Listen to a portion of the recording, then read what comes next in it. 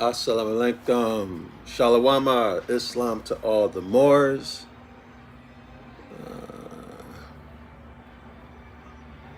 All right, so that's new.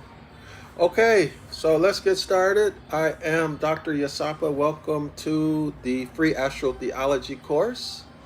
All right, so let's begin. I'm really excited about what I'm going to present right now.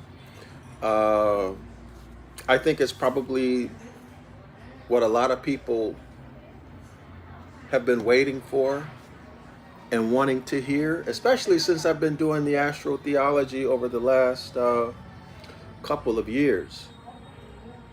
So now here you're going to get it. No chaser. All right, no chaser. So let's get into it. And remember, I'm the messenger. We're going to come out of the Celestial Ship of the North, chapter 10. Okay, the Celestial Ship of the North, published in 1927, volume 1. The author is Emma Valencia Straighton. All right. So I'm really excited about this. So here we are.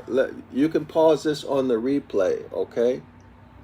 Check out the title, chapter 10. That's a Roman numeral 10. That has a lot of meaning. Celestial origin of Jewish race. Of course, there is no such thing as a Jewish race, right? There's no such thing as a Jewish race. Judaism is a religion, okay? And Hebrew language. Okay, so there's no such thing as a Hebrew language. So let's get that straight.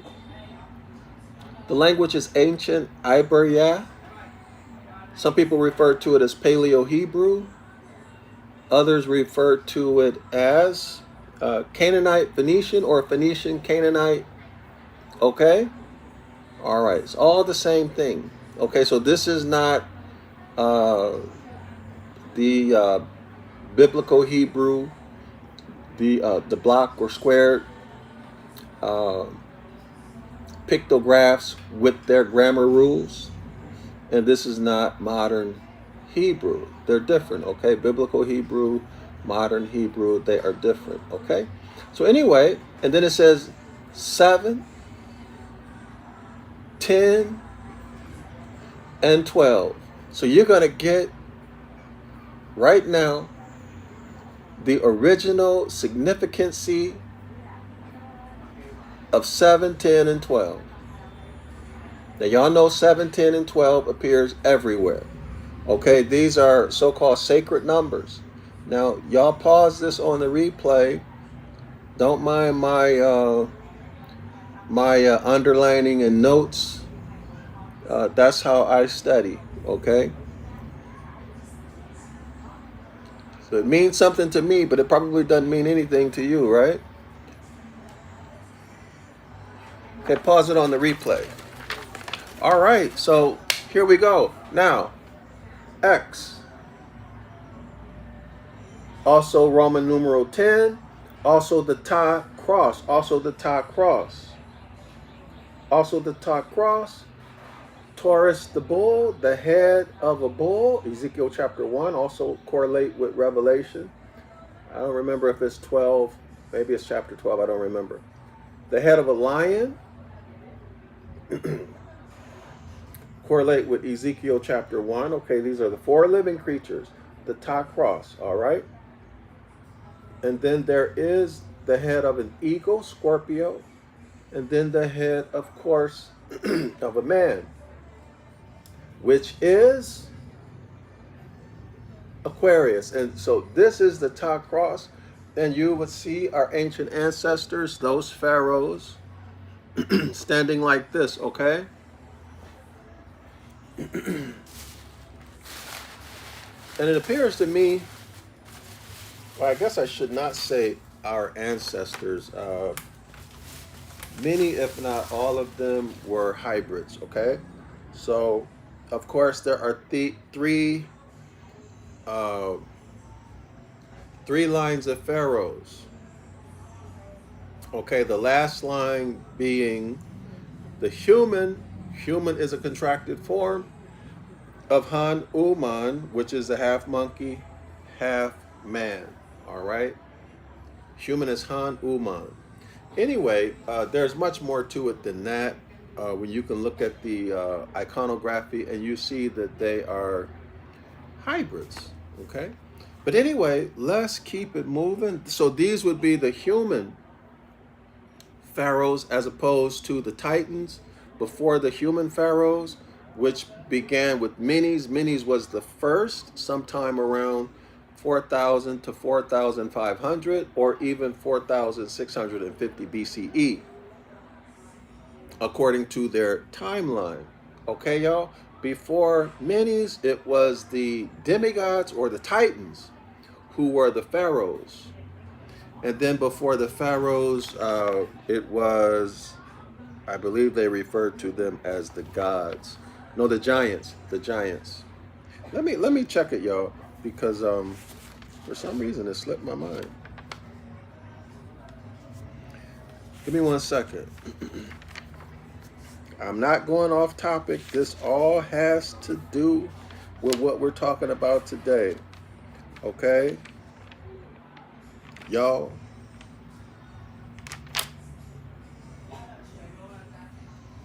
And I would have to say, so everything that we have covered up until this point is in preparation for me to take you into chapter 10. It was preparation for us to go into chapter 10. Okay? And this is going to show you who we are, or as my mother used to say, who you is.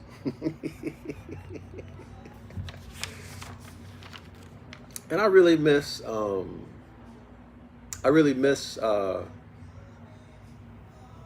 that form of English. That's one of the things that, when I left the Maghrib, that's one of the things I really, really miss. I miss that. The birds singing in the morning. And sometimes I miss fall, the fall season. And hold on.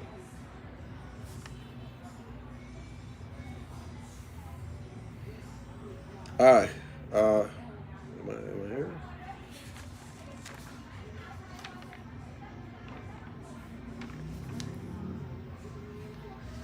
I don't know why. Every time I try to find this, I always have a hard time finding it.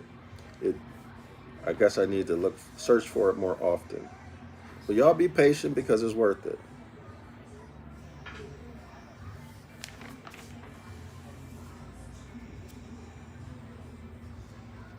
It is definitely worth it.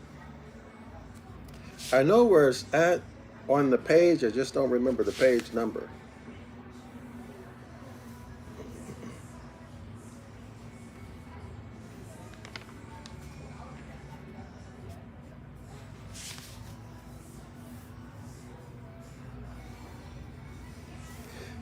And what it means that I need to do this more often, more frequently, so I can commit it to memory without having to do any memorization. Yeah, no. I can't believe this. Oh well. I'll come back to it. All right. But anyway, there were three lines of pharaohs. The last one, or the most recent, being the human line of pharaohs. Before that, it was the titans or demigods. Before that, it may have been the giants. I don't remember the order. Here we are, page 35. So here we are. Here we are, okay? So let me put it here closely so y'all can see it. Look toward the bottom. All right, you're gonna have to pause it on the replay. You wanna see my notes? My notes are there. Pause it on the replay. But anyway, so we have there was initially the superhuman pharaohs or the superhuman kings. Okay, and these were the dynasty of the gods. Okay, the second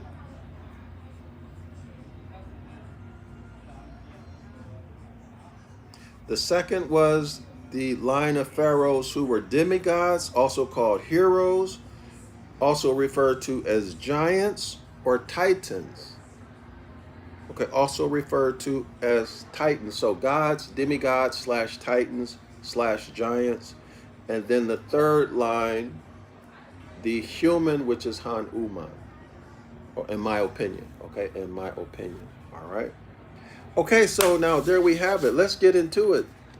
I'm just really excited to have made it this far.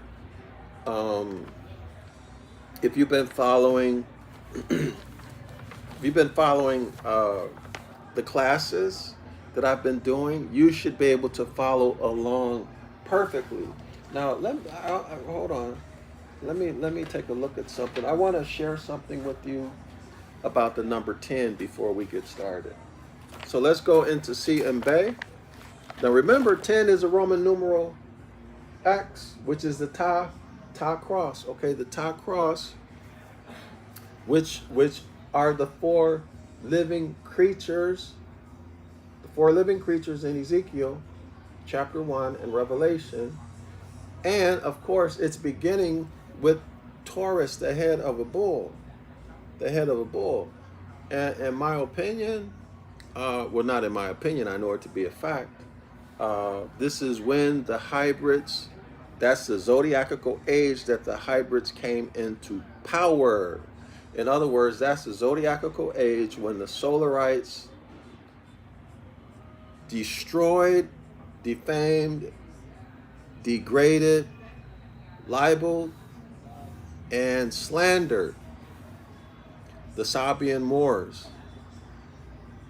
Okay, or let's just say the Sabians or the Typhonians to keep it simple, okay?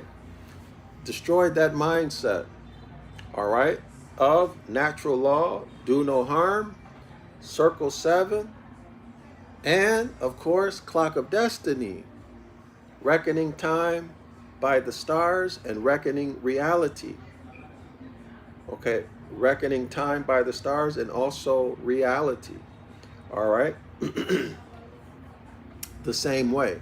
Okay, time cycles, okay, celestial and terrestrial. So let me find where C.M. Bay presents his information about the number 10. I'm just really excited just to be able to do this. I think it's volume, I don't remember if it's volume 1 or volume 2, but let me get into it, y'all. Be patient. Be patient, because, all right, here we go.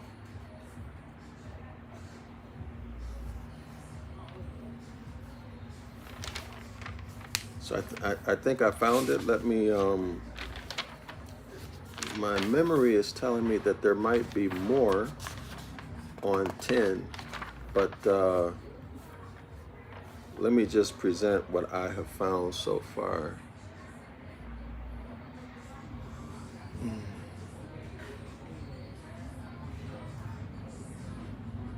Okay. All right. So now, y'all, keep this in mind as we go through or we do this workout. So this is C.M. Bay, Clock of Destiny, Volume 2, okay? Clock of Destiny, Volume 2, page 36. Page 36. Boom, there it is. Now y'all pause this on the replay. Study this. Study it up.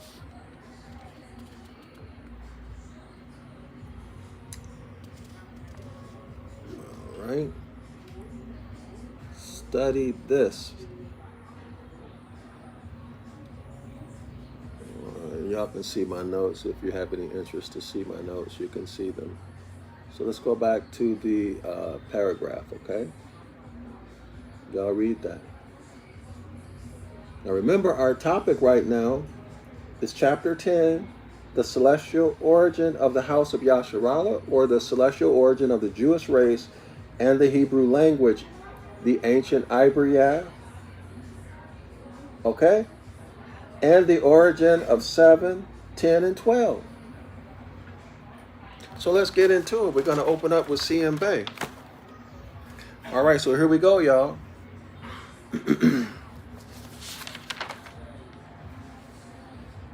You know what? Let me start on page 35 for consistency, okay? Quote unquote, Queen of Sheba. This is at the bottom of page 35. 3. Queen of Sheba is the 5 principles of the 12 signs of the Zodiac. Keep that in mind. The 5 principles of the 12 signs of the Zodiac. He's talking about the solar Zodiac, namely wisdom, understanding, unity, peace, and progress. King Solomon's temple is the human body. So when you see human body in this text, you should understand that it's actually man. Man, okay? All right, so King Solomon's temple is man's body and earth. The man body, the real temple, is created by Mother, capital M, Mother. So in the solar zodiac, that traces back to, of course, Virgo. Also, Mother Nature or Mother Earth, okay? But we trace it back further than that. We trace it back to the circumpolar zodiac, which is Sabian time. That's when time was reckoned, the legitimate way time and reality is reckoned. Okay? Sabian time. Natural law, do no harm. Circle 7, clock of destiny. Time cycles, celestial time cycles, and terrestrial time cycles. Y'all heard? Okay, now let's continue. Man's body, the real temple, is created by Mother, the Great Mother Typhoon. Okay? The Great Mother Typhoon, represented as the Great Bear, the thigh of the Great Bear. Today that's called the Big Dipper. From conception to birth in the course of 9 months. So 9 months is a time cycle. 9 months is a time cycle. The gestation of a man or man with a womb. Without the use of nails or the sound of a hammer. Thus, man's body is the temple of good, G-O-O-D, of Mother's grand perfection. Why is that important? Because here CM Bay is telling us that the Great Mother Typhoon formed man in perfection. In perfection. However, the Solarites will tell you, if you study the astrotheology in the solar zodiac projection, the Solarites are going to tell you that the initial man was a primate. That's right, a primate. A monkey. Okay, and then evolution. Now, let me show y'all. I've already showed this image in detail, but just check it out. So now remember the Great Mother Typhoon and her son Set have been defeated, degraded, defamed, and lied on. Okay? So here it is, y'all. Let me, hold on. You know, I'm just so happy to be at a point where we've covered enough information where we can go through this, and everyone who's been following should understand. Okay, so this cloud is representing consciousness. This cloud is representing consciousness, or the Hermetic law of mentalism, and that hand is representing the male deity. The male deity, in this case, YHWH. Do y'all see that? Everybody see that? So in this instance, this is saying that the Hermetic law of mentalism produced a man first. Okay? Or in other words, God is a man. Now look at that rope in his hand. You see the rope in his hand? I've gone through this, so I'm not going to go through every detail. That rope is connected to his wife, wisdom, the Holy Spirit, which in the solar projection, the solar zodiac, is Virgo. Okay? Is Virgo. Everybody see that? Now look at what's coming out of her breast. See the nourishment for the earth. Everybody see that? The nourishment for the earth. Now look at her vagina, her pubic area. Do y'all see that? Some people would think that's a crescent moon, but no. That's the celestial ship of the north, because she also depicts, Virgo is the Great Mother Typhoon, the remix of the Great Mother Typhoon. And all of the germs of life are stored in her. All the DNA records are stored in her. That's what that's representing, okay? And then the nourishment. So we flip that, we also see, do you see the ship? The ship on her other breast? Okay? So this is a remix, Virgo is a remix of the Great Mother Typhoon. Now look at what she has in her hand. She has a chain, or a double corded, or I don't know how many cords. It looks like a chain or some type of rope attached to something in her hand. Now look at that. Now that chain is different from this string, this cord she has to that hand in the cloud. So why? Because this is supposed to be the Tetragrammaton's wife. So they are what? Bound by a cord, right? And now, so she's the Holy Spirit.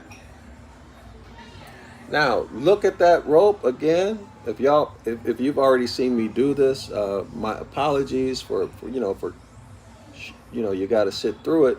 But anyway, look at that chain or that rope. The Holy Spirit has it connected to this primate.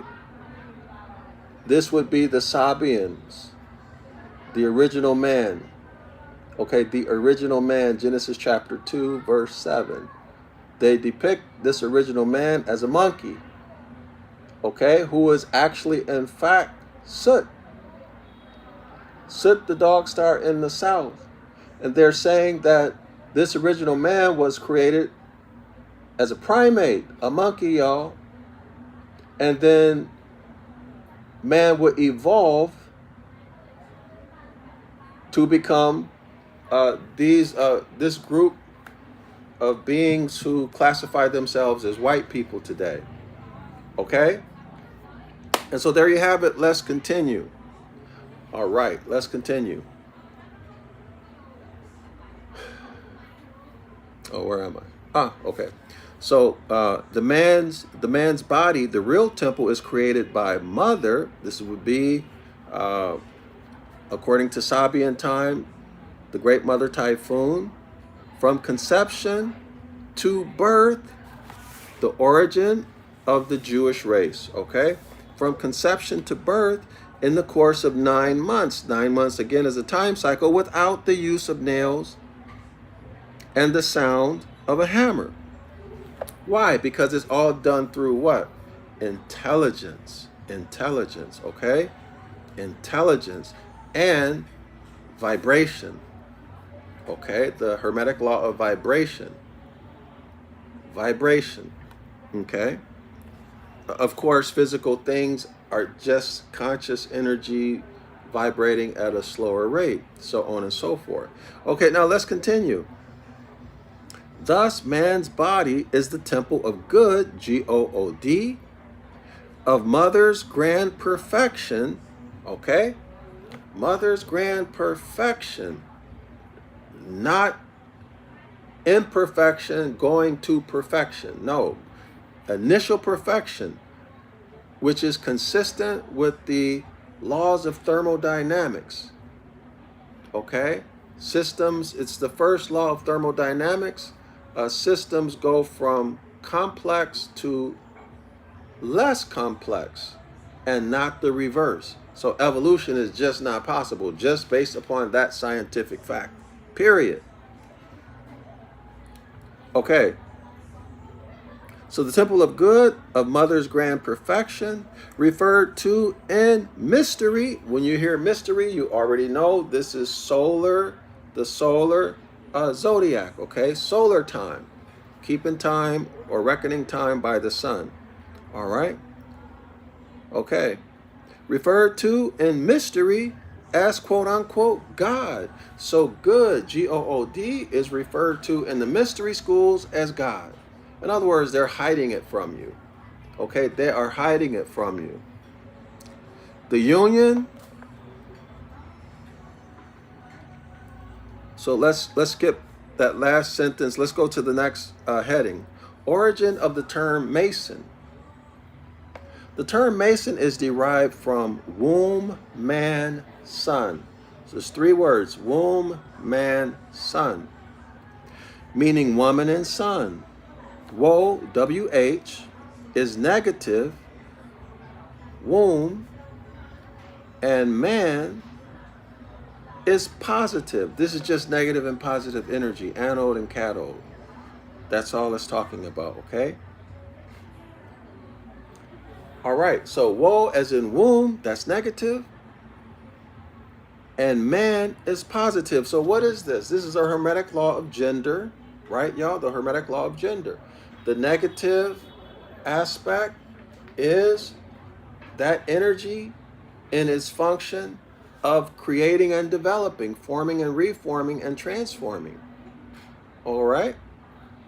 So this is why the Great Mother is called a mother, okay? Because the Great Mother, gender is in everything that's formed in the universe. So that's an act or function of forming or giving birth.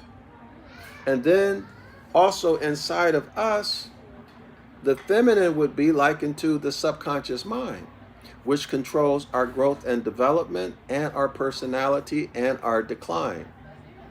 And the masculine is related to the will.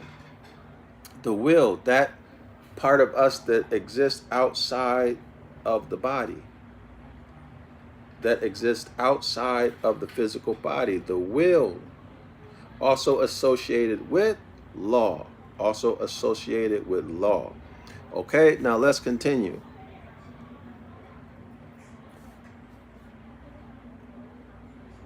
All right, so meaning the powers of the womb, a female. Now keep in mind that when we deal with the Hermetic laws, when we deal with men and women, we're dealing with masculine and feminine energy. Female and male are genders for animals, okay?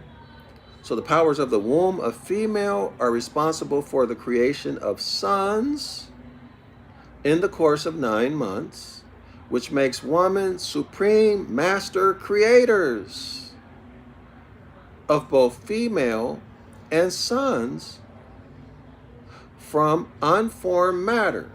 From unformed matter. So this is mentalism, consciousness, okay? The Hermetic law of mentalism, okay? And then it's the Hermetic law of gender that is doing this forming and reforming, etc. All right? So from unformed matter planted by another son of a female. Phrased together spells womb, W-O-M-B, man, M-A-N, sons, S-O-N-S, or woman and sons, or woman and sons. Woe was struck out, and in was struck out, leaving ma, M-A. And I used to call, well, in my family, my siblings and I, we used to call our mother ma. Yeah, we called our mother ma. We never said mom or mother or anything like that. It was always ma. Okay? Okay, so ma. How many other people call their mom ma?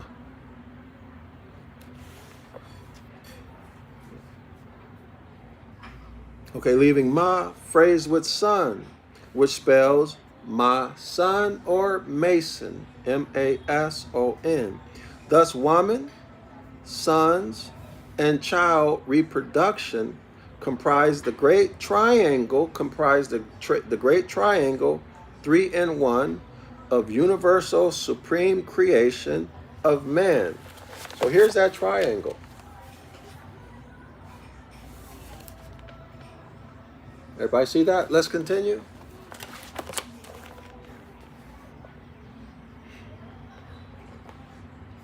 Woman has no father. Remember that. Woman has no father. Absolutely. The Great Mother Typhoon has no father. It's energy. Okay? The Great Mother Typhoon is one of the Hermetic Laws, which originates from the first, which is the Hermetic Law of mentalism. Okay? But the Hermetic Law of gender is the second most prominent law, only after mentalism. Okay? So woman has no father, neither husband, for all male sprung from her. Where a woman comes from, no one knows. This makes her a widow. Okay, she doesn't have a husband. She doesn't have a father, so she's a widow.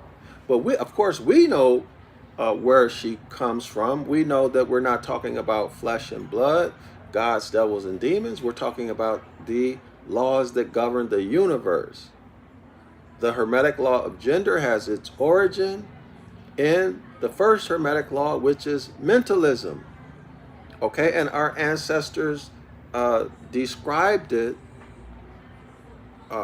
in this way so that people could understand it easily, no matter how old they were.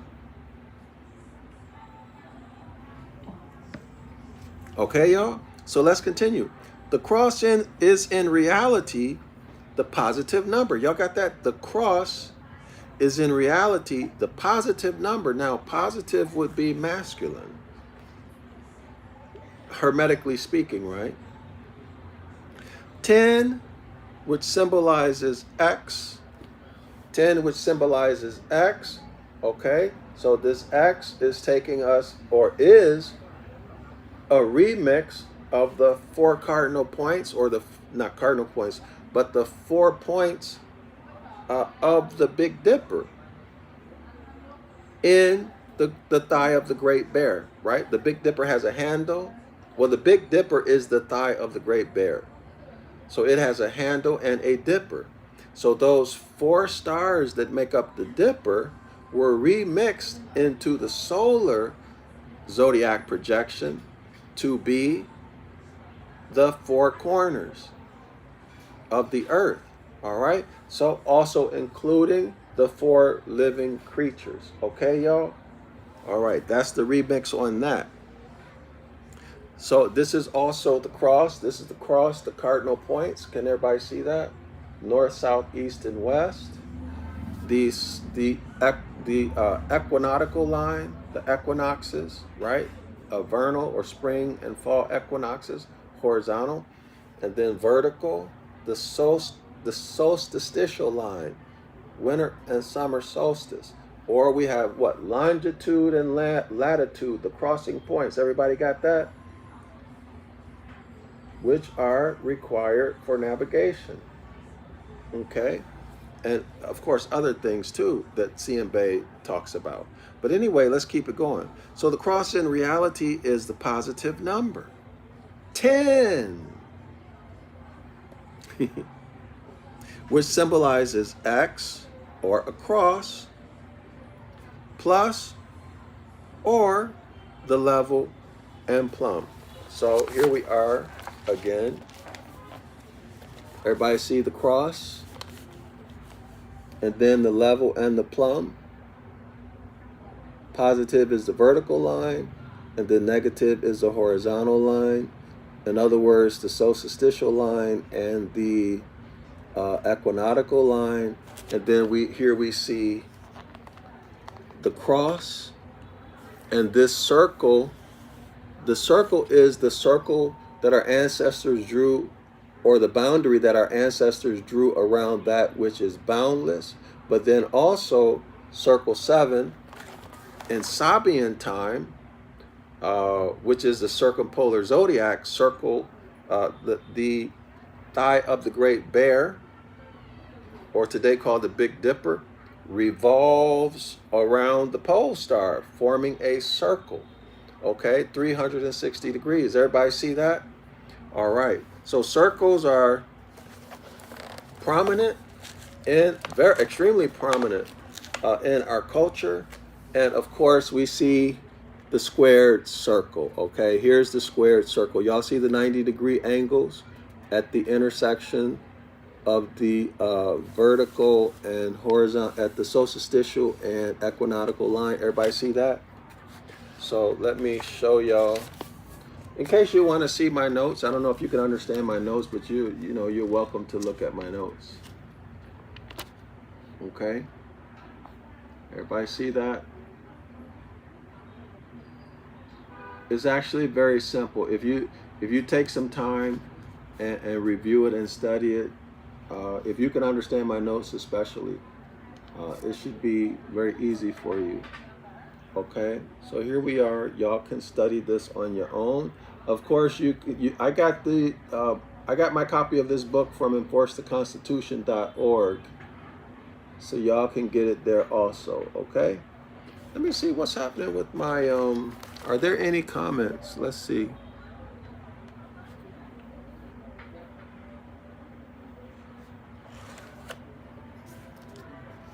Let me see if the comments are working. I don't see any comments. Hold on. I just put something in the comments and it didn't show up. All right, so there we are. Okay, so the comments are on, y'all. Let's continue making it do what it do. Oh, by the way, look at the numbers I have here on my notes, because I don't think I'm gonna have time, y'all, to go through all of that, but at least you can pause the video and figure it out on your own. All right,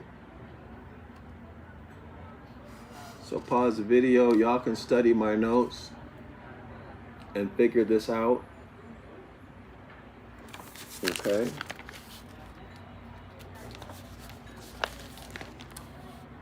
Hold on.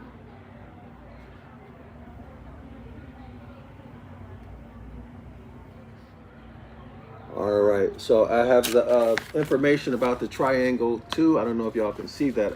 I really can't see because I can't see my screen. Hold on. I can't see my screen, but you need to know this information. It's very useful for you. If you, what's the deal? Doggone. Hold on. If you can figure this out,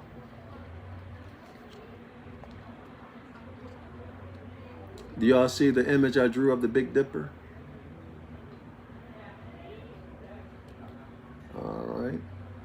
So it should be very easy for you.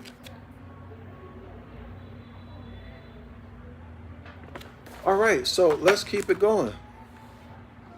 Thus the level negative and the plumb positive represent the negative and positive forces of nature.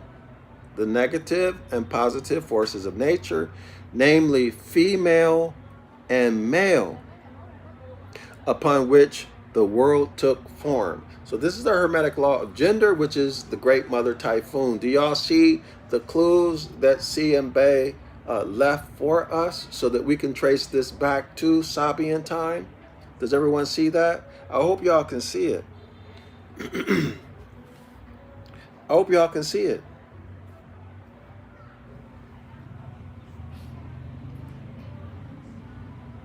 C and Bay continues on page 37. I'm not going to read the whole paragraph. Had not the Moorish nation established the science of geometry, there would be no way of calculating the months. See, time cycles, guys, time cycles, seasons, and years. Our ancestors put a boundary around that which is boundless, okay?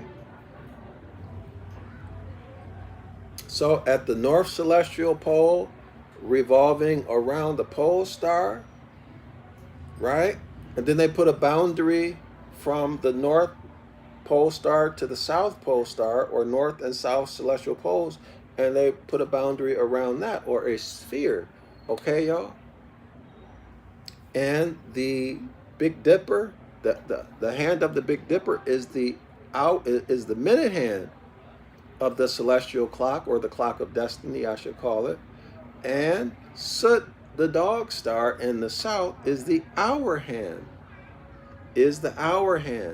of the clock of destiny. Okay, so time cycles were created by doing that, because now our ancestors can use geometry to measure the movement of the heavenly bodies relative to each other.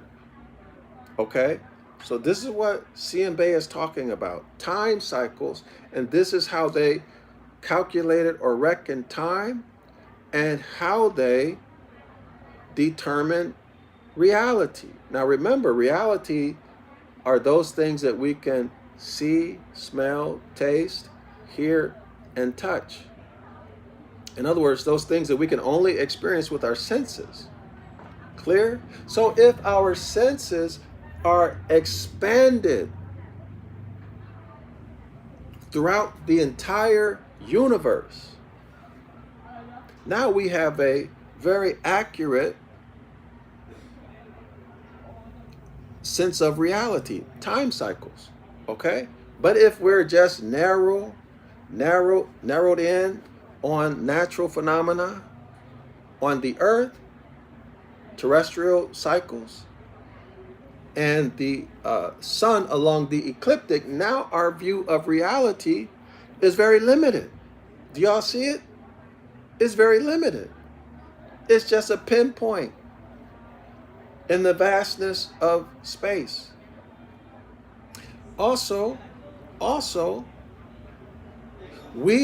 ancestors, when I say we, I mean us, because we are our ancestors. Our ancestors lived their life by natural law. And the natural law governing intelligent men and women is do no harm, do no injury. But now we were able to identify natural laws, not just the laws of physics, but natural laws in general. We were able to identify them through geometry.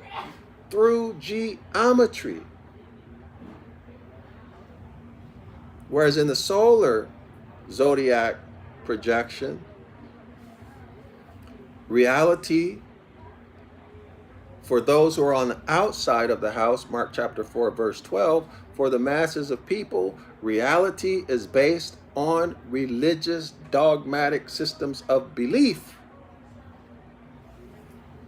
And then those who know the astrology Their reality is based upon the physical sciences relative to the earth or terrestrial physics, something like that. Does everyone see my point?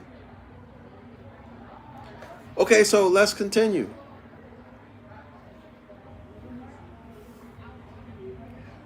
Okay, so had not the Moors, had not the Moorish nation established science, the science of geometry, there would be no way of calculating the months, seasons, and years. So, okay, so under the solar zodiac, of course, that's done by the ecliptic, the apparent path of the sun along the ecliptic in every month, right? And then the sun fully takes on the characteristics and attributes of the zodiac sign that it's in per each month. All right. Of course, natural phenomena is involved with that. Terrestrial natural phenomena, agricultural mostly. All right. This is in the solar reckoning of time or solar zodiac. So he continues. The seasons and years and the measurement of time. The measurement of time. Do y'all know in the solar zodiac system of timekeeping, you need a watch? You're dependent on someone to buy. Most people are dependent on a watchmaker. You need someone to buy a watch so that you can know what time it is. But under Sabian time, the circumpolar zodiac projection, the way our ancestors kept time, you just look up. You just look up. Based upon the position of the Big Dipper, the arm of the Big Dipper, you know what time a TI is. You don't need a watchkeeper. You're independent. Okay, now let's keep it going, y'all. Let's keep it going. The Moorish nation established the dollar system. That's taking us to the triangle, right? The Moorish nation developed the dollar system, and the 4 quarters, 25 cents, the 4 quarters of the dollar. Remember, dollar is gold and silver, right, y'all? Constitutional money. And represent the 4 corners of the earth. Everyone see that? So the monetary system was developed based upon astrology. In other words, it's harmonic with nature, just like gold and silver. Silver the moon, gold the sun. Gold and silver, they call it God's money. It has nothing to do with fiat, right? So let's continue. The dollar system was handed down to the Franciscan fathers of North America by the Moorish nation. All right. In other words, the money that's used the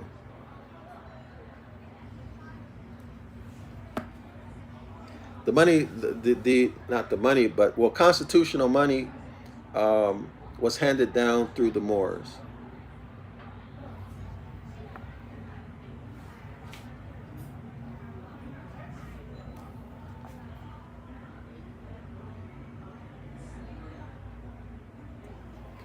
Okay. So that was fun.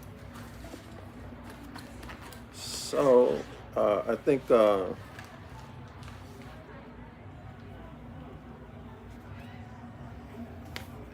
let me just say this last few things, okay? That is the basic reason why the USA dollar has ranked superior over all other monies of Christian nations of the world today. Hold on, y'all.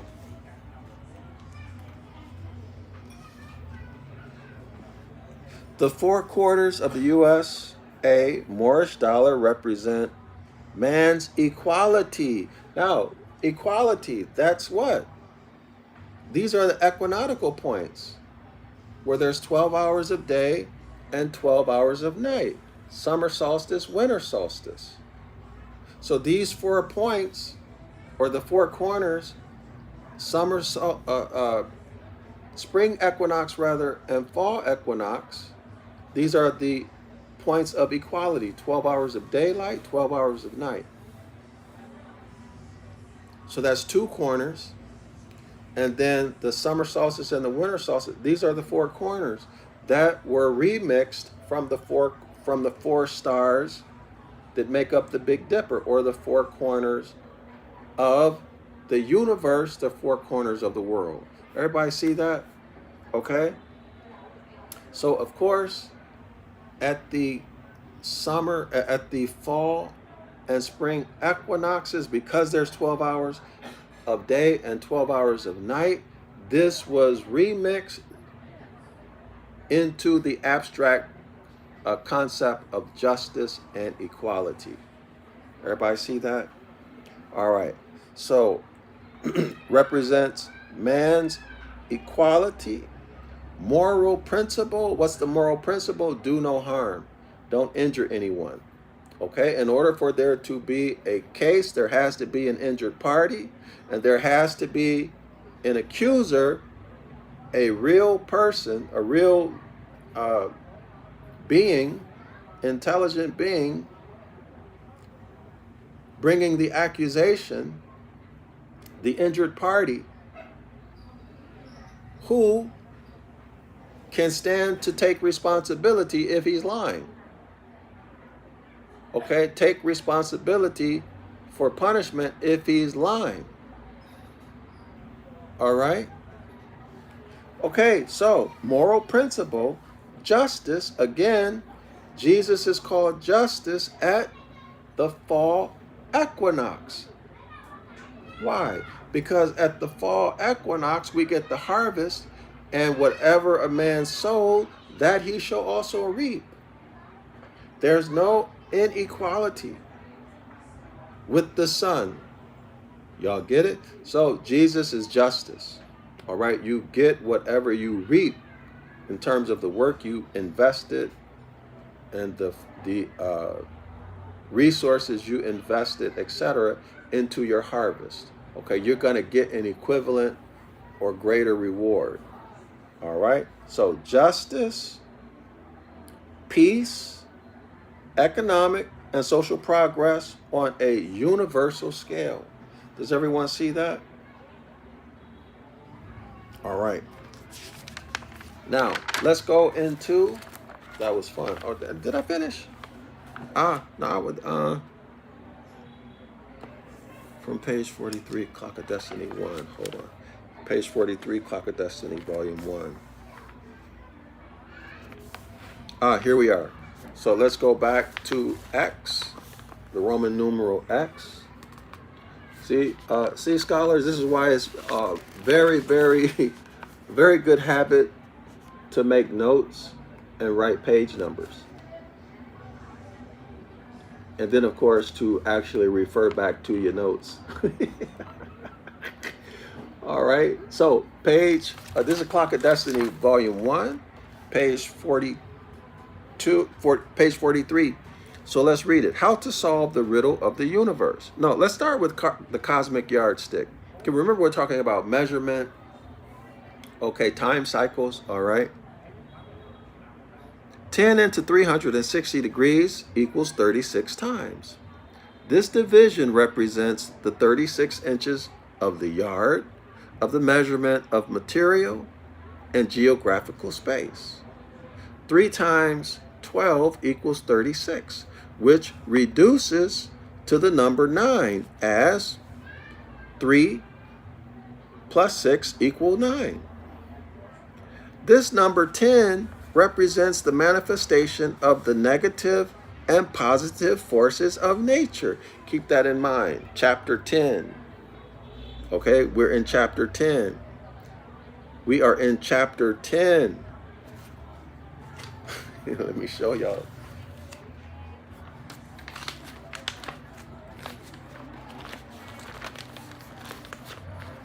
Y'all, I see more than a coincidence. I don't know about y'all, but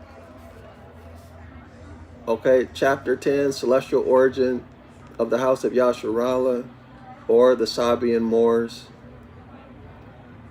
and Hebrew language, which is really the ancient Ibaryath, 7, 10, and 12. Okay, so let's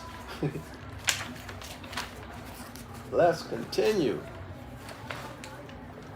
So here we are. So 3 times 12 equals 36, which reduces to the number 9 as 3 plus 6 equals 9.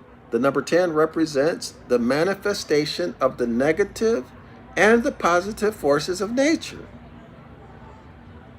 No tenths, no tenths, no tenths and 1 or 1/10. 1 from 10 equals 9. So this is why 10 is 9. Okay? This is why 10 is 9.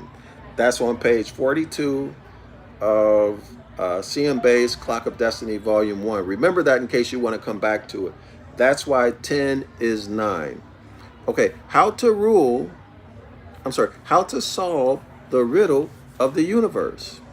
For instance, if you were to paper the ceiling of a room of your house, paper meaning wallpaper, put up wallpaper. I used to do that when I was young. And wish to know the correct measurement of paper needed, all you have to do is measure the floor on which you stand.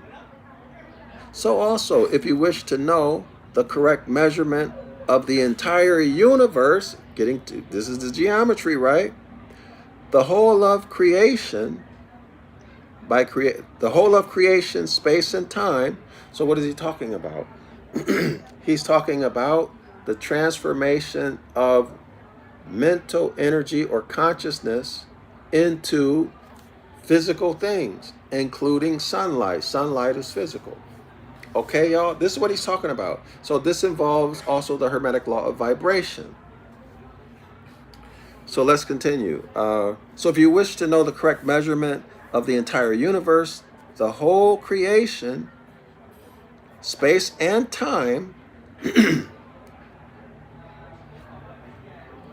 all you have to do is measure the earth on which you live. All right. So the number 10 represents the letter X. This is the top cross. All right. And the solar zodiac projection. The letter X represents Earth's axis to its orbit. So here's the Earth's axis. Okay. So the Earth is rotating on its axis, right? So Earth's axis. Okay. So if you draw a line from the from the middle of the Earth's axis, at each end there's going to be the pole star. As a matter of fact, let me show y'all. And then its orbit, okay, or the ecliptic. So let me show y'all. Wow. Hold on.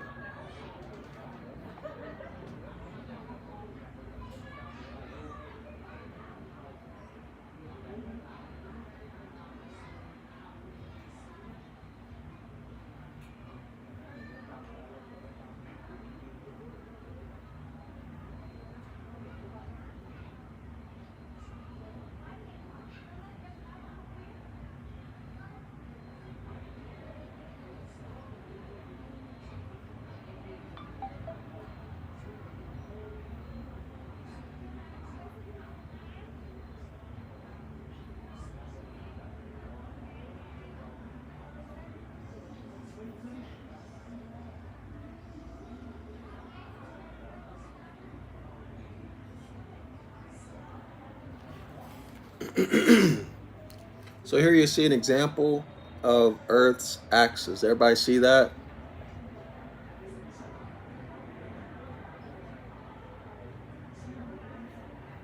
Okay.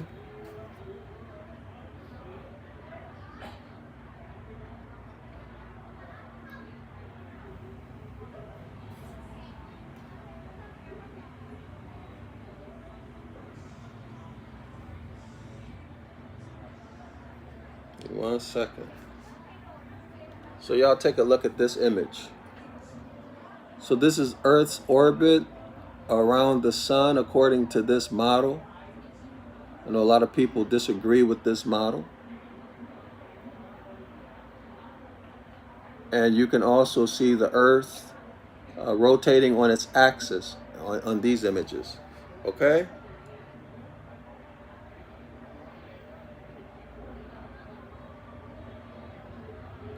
So, all right, so those circles above, that's the north and south celestial pole regions, okay?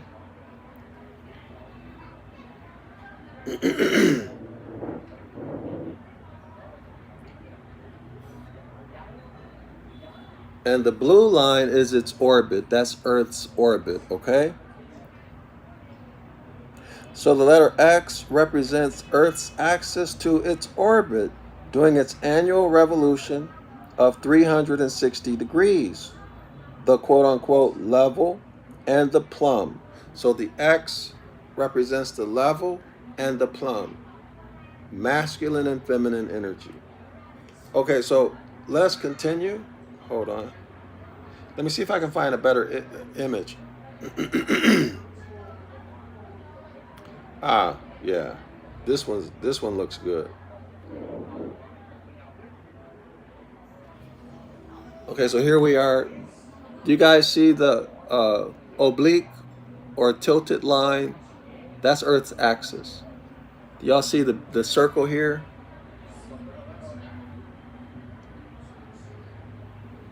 This is the celestial North Pole. Okay, so that's where you'll find Polaris, the Great Bear, and all of the constellations in the North Celestial Pole region, okay? So this would be Circle 7, y'all. So Circle 7 is this circle that you're looking at right now, because there are 7 stars that make up the Big Dipper. So it's 7 stars circling around the pole star, Circle 7. All right? And this is the axis, Earth's axis. Okay? This is the southern celestial pole, and this is where Soot the dog star is. Everybody see it? The southern celestial pole.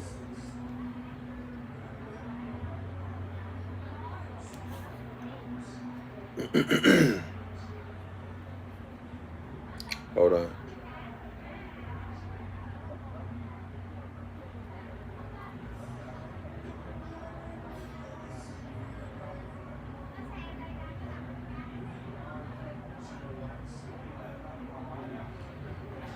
So give me 1 second. So here's the cross.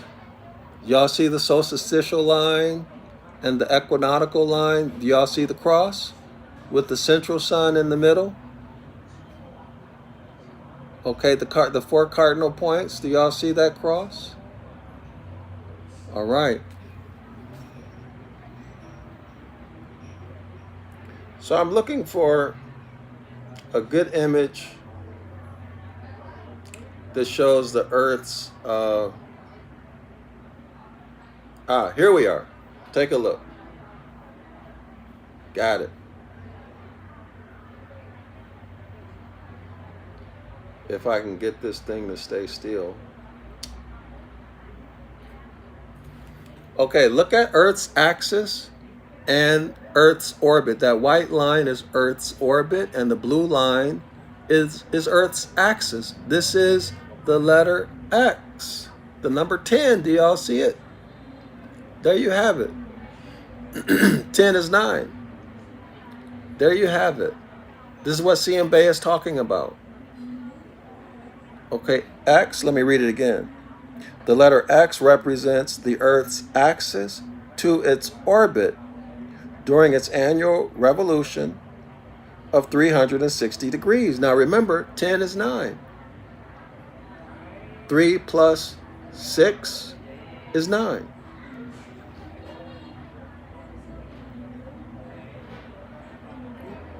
Okay, it represents Earth's axis to its orbit During its annual revolution of 360 degrees, the quote-unquote level and the plumb. While superstitious Muslim generations were fighting and destroying one another over superstitious religious titles of rulership, the ruddy pale-skinned daughters and sons resorted to science. The positive number 10, which is the Roman numeral X, okay, which is Earth's axis, intersecting Earth's orbit, and rose to world domination as a result of the Muslims' ignorance of their own scientific universal law. The positive number 10, or the Roman numeral 10, which is the letter X, symbolizes the cross, the Earth's axis to its orbit. All there is, positive plus. Do y'all see it? Do y'all see it? All right, so let me show this one more again, and then we'll move on. All right, so y'all can study this. I hope you study it. I hope you just don't listen to me and just walk away. I hope you study it. Maybe my notes will be helpful for you. But you should really study this yourself. It's very simple, right? Very basic. And it answers a lot of, once you understand this, things just open up.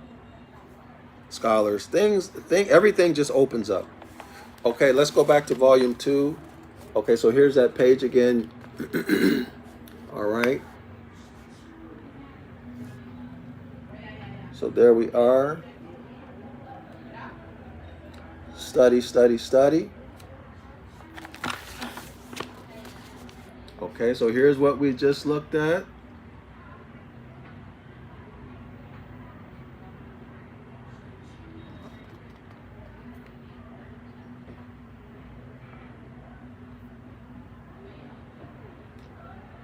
All right, y'all. So let's go into the celestial ship of the north now. I'm satisfied. Okay, here we are. Page 148. 1 plus 4 is 5. Plus 8 is 13. Oh, isn't that interesting?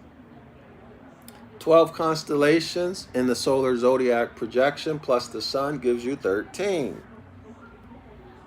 Gives you 13. And actually, there's even more to it than that. But let's start. Let's begin. Chapter 10, Celestial Origin of the House of Yasharala and the Ancient Ibaryath, or Hebrew language. And 7, 10, and 12. Egyptian myths became miracles. Egyptian myths became miracles in Hebrew writing. What is this?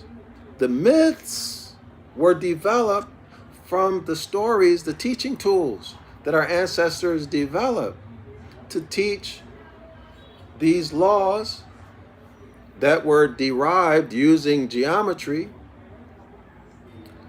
circle 7 and clock of destiny. Okay, specifically what, y'all? Of course, the law of do no harm, don't injure anyone. Okay, plus the others, but even that was derived from geometry. Okay, celestial geometry. Y'all know how I found out? Dr. Ben.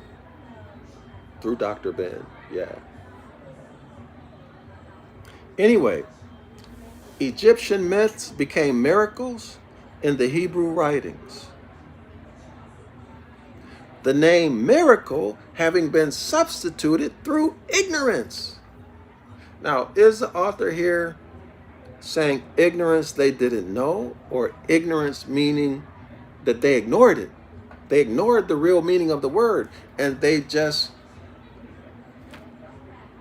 made up a word or used another word. They just ignored the truth. In other words, they lied. They deceived the people. They consciously, willfully deceived the people. They consciously, willfully injured the people.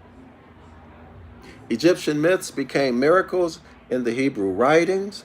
The name miracle, quote unquote, miracle, having been substituted through ignorance. Actually, I'm pretty sure that it was not through, not because they innocently didn't know, but because they wanted to deceive the people out of their birthright and to put them in bondage. That's the common story. All right, that's a common thread. The Jews, now remember, scholars, Jew is a religion. Jews, or the Jewish religion, came into being toward the end of, or shortly before, or shortly after Babylonian bondage, okay, according to the story. And it is a religion. Anybody can join it. It is not a bloodline. There's no common familial ancestor. There's no common culture. There's no common customs. Anything that would define it as a nation. It is a religion. Anybody can join as long as you follow their doctrine and their, of course, that includes their ceremonies, right? Jeremiah 8, verse 8. He continues, the Jews undoubtedly commingled with the Hekshus. Hekshus. So now we have two groups of people. It says these religious people, not a nation, commingled with. Let me get a tech. Let's get the. I really like this. I'm going to take a picture of this and use it again. I really like this this image here. Definitely have to use it again. Oh.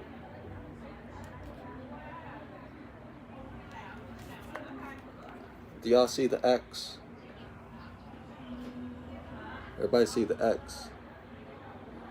I wish I had more support so I could pay someone to create images for me. Here's the entire image. Here's the entire image.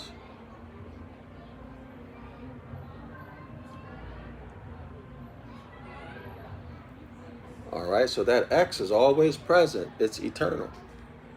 Let me take another picture.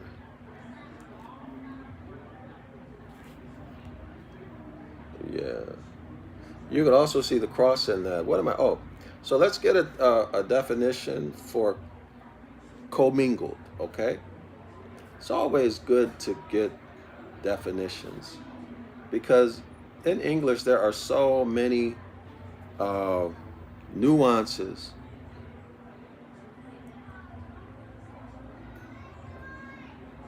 It's really easy to assume you know all of them and you find out you don't, not even close.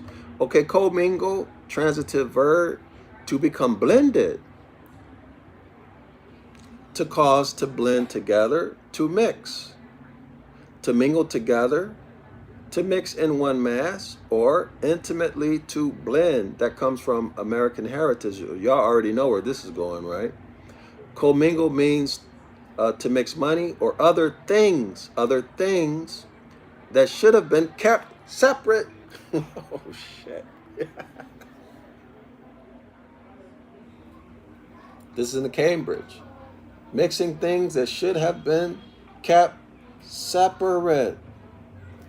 So now we're talking about a religious group of people who come from who knows where, and it could have been a group involving hybrids. Okay? Actually, that's probably what it was, right? Because why else wouldn't you want to mix with them? Okay, so co-mingled here from American Heritage. Does everyone see? All right.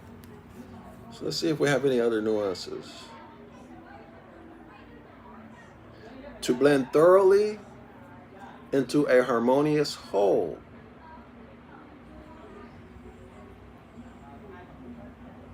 Isn't it interesting? Commingling means to mix money or other things that should have been kept separate.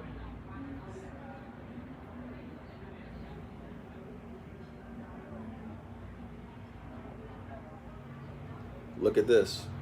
This is coming from the Oxford Learner's Dictionary. Oxford Learner's Dictionary. Commingle, verb. To mix two or more things together, or to be mixed, especially when it is impossible for the things to be separated afterwards. So let me show y'all that.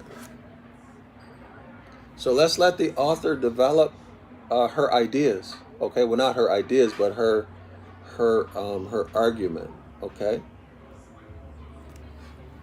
So we will be able to better understand exactly what the author means as we move through the chapter, right? So now we are in suspense. Okay, so the Jews undoubtedly commingle with the Hek Shus, H-E-K hyphen S-H-U-S. Remember that. So the Shusen Har, S-H-U-S hyphen N-E hyphen Har. So now the Jews commingle with two groups of people, or is this the same name for one group of people? The Hekshus, the Shusenhar, and the Typhonians. Now remember, it's one bloodline. So we will be talking about what? Different families.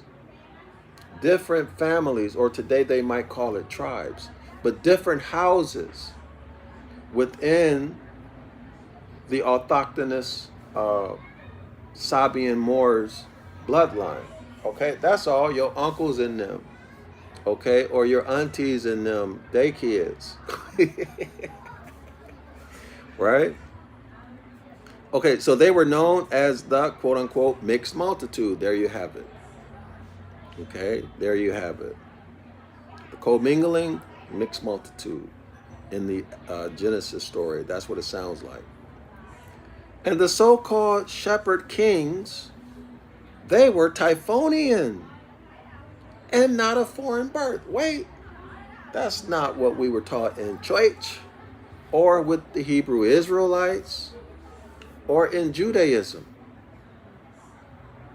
What we see here now is that the shepherd kings, if I remember correctly, they're also called the Hyksos, were actually Kemetic people. Same bloodline. Well, that's no surprise, right? Because we're talking about Genesis chapter 2, verse 7. The man that was sprung from the soil, the autochthonous Moor, or the Ab-Ram, the aboriginal man. Period. It's very simple. So they were Typhonians, meaning they were what? They were men and women who continued to reckon time and reality by the stars, or in other words, Sabian time. Everybody got that? They were keeping Sabian time, meaning that they reckoned time by Circle 7, Clock of Destiny, and celestial and terrestrial time cycles, and the natural law of do no harm. They were not involved in any external gods and religious beliefs, worship systems, okay? They were scientists, engineers, architects, medical doctors, etc., material sciences, etc., etc., etc. This is what the author means. So they were Typhonians. They were known as the mixed multitude. As the so-called shepherd kings, they were Typhonian and not of foreign birth. They were Kemetic. In other words, he's saying they were Egyptian. They were Kemetic. They were autochthonous Sabian Moors. Genesis chapter 2, verse 7. The earliest rendering of the name, listen to this, y'all. The earliest rendering of the name of Hebrew is Gabari. Gabari. These were the Kabiri. Y'all hear the play on word? These were the Kabiri. So Gabari, G-A-B-A-R-I, and then Kabiri, K-A-B-I-R-E. The children of the goddess mother of the Great Bear constellation, the Typhonians. Now, I hope everyone can see how the house of Yasharala, or I guess most people call them Israelites, the ancient Israelites, are in fact the same bloodline as the Kemetic people, just a different house, a different set of customs. And you're going to see what happened as we continue. But the important thing is that there is no need to be angry, debate, and argue with our Kemetic brothers and sisters, because we're the same people, period. Same blood, same origin. The division comes from the colonizers. That's where the division comes from. And it has nothing to do with complexion. It comes from the colonizers. All right? So let's continue.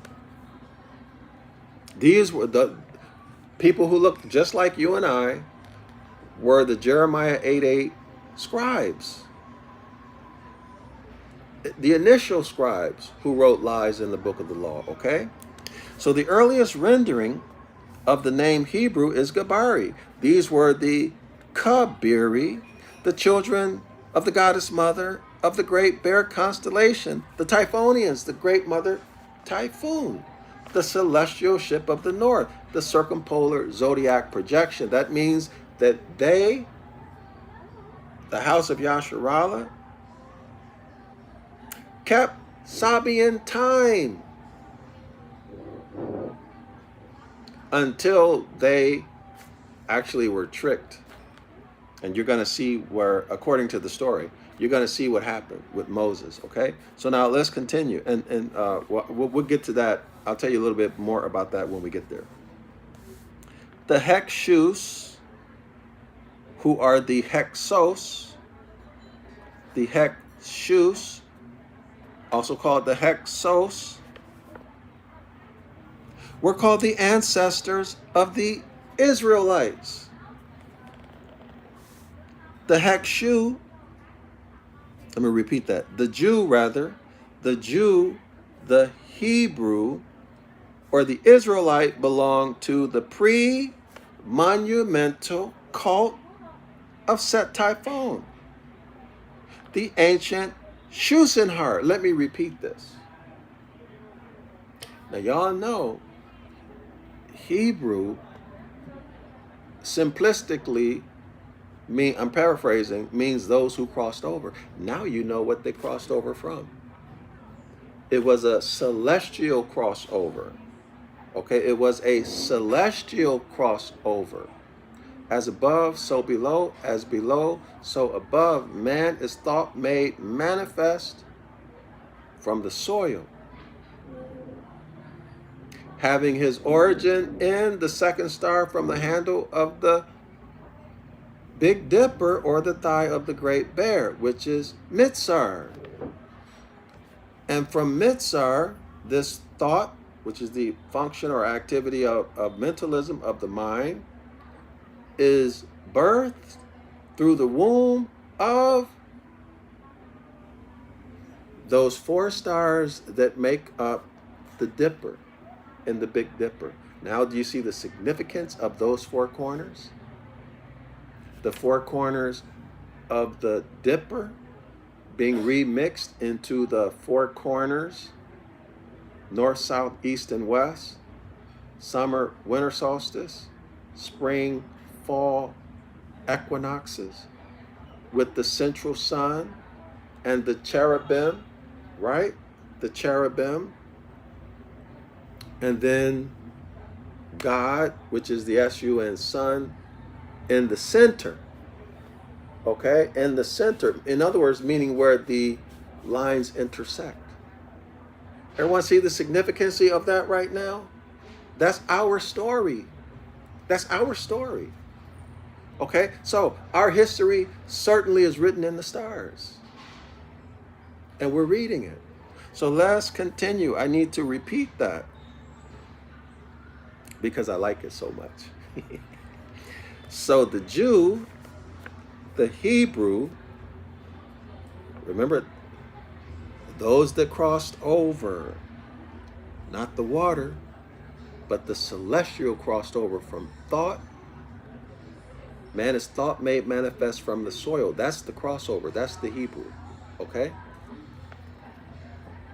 The Jew, the Hebrew, or the Israelite. So in the solar zodiac projection, it becomes Isis, Ra, and El.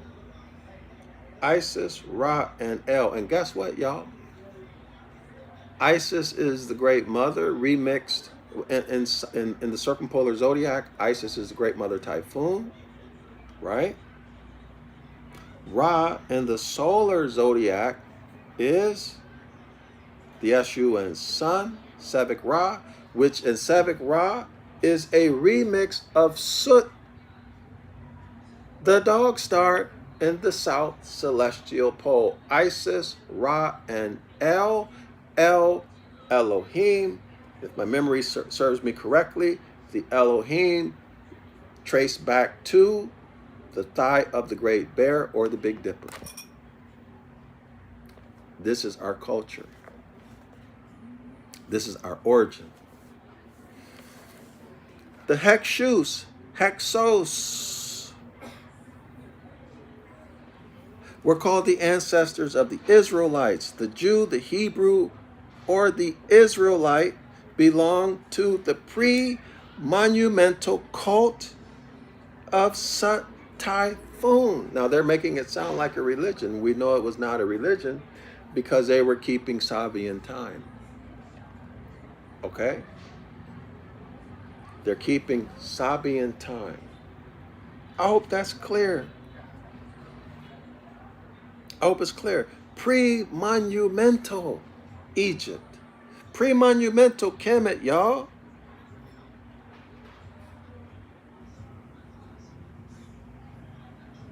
What does it mean?